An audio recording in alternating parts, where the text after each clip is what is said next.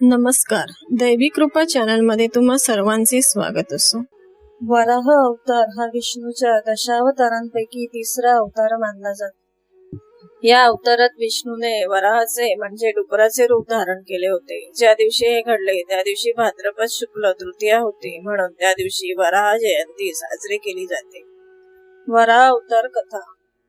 भागवतात अशी कथा आहे, सनकाधिक ऋषी म्हणजे सनक, सनंदन, सनातन आणि सनत कुमार अशा 4 ऋषींना मिळून सनकाधिक ऋषी असे म्हटले जात असे। या 4ही ऋषींची उपासना, तपाचरण आणि योग्यता अशी होती की कोणत्याही देवांच्या दर्शनासाठी येण्याची अनुमती या ऋषींना होती।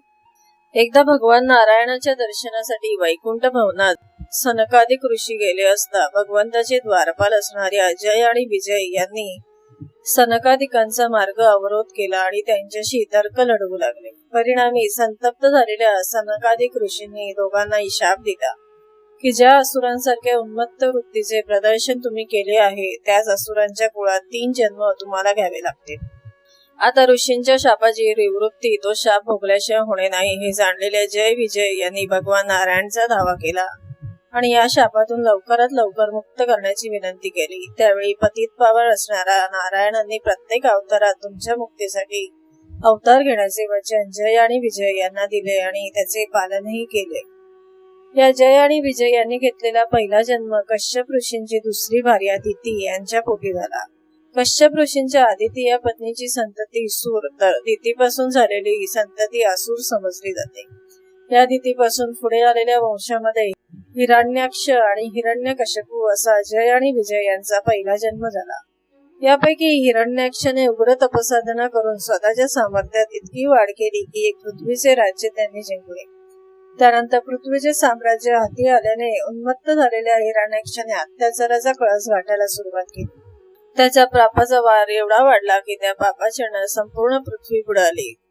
सर्वत्र हिरण्याक्षाच्या पापाचा प्रसार सुरू होता आणि धर्माचरण करणाऱ्यांचा अपमर्द होत होता। अशा वेळी पृथ्वीवरील पापाचा भार कमी करून धर्म संस्थापना करण्यासाठी भक्तवत्सल श्रीहरी नारायणाच्या अवतारांपैकी तिसरा अवतार म्हणजे वराह अवतरित झाला।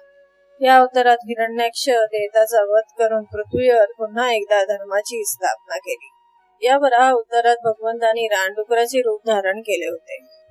भगवान वराहाचे अनेक रूपे प्रसिद्ध आहेत, मात्र भाद्रपद शुद्ध तृतीयेला ज्या रूपाची पूजा केली जाते त्या भगवंताच्या वराह रूपाचे वर्णन करताना असे म्हटले आहे की भव्य आकाराचा देह असणाऱ्या वराहाच्या भुजा अति प्रचंड असून त्याच्या बाहूंचे बल बघता क्षणी लक्षात येण्यासारखे आहे। भगवान विष्णूंचा हा अवतार चतुर्भुज असून त्याने भगवान विष्णूची सर्व आयुधे धारण केली आहेत। वराहाच्या मुखावर चंद्रासारखे पांढरे शुभ्र तरी तितकेच बलशाली आणि तीक्ष्ण सुळे शोभून दिसतात। या सुळ्यांच्या मदतीने भगवंतांनी पृथ्वीचा उद्धार केला। जर तुम्ही चॅनलवर नवीन असाल तर चॅनलला सबस्क्राईब करा, व्हिडिओ आवडला तर लाईक करा, शेअर करा आणि कमेंट करा आणि नोटिफिकेशनची बेल दाबा जेणेकरून माझे व्हिडिओ अपलोड होताच तुम्हाला नोटिफिकेशन मिळेल।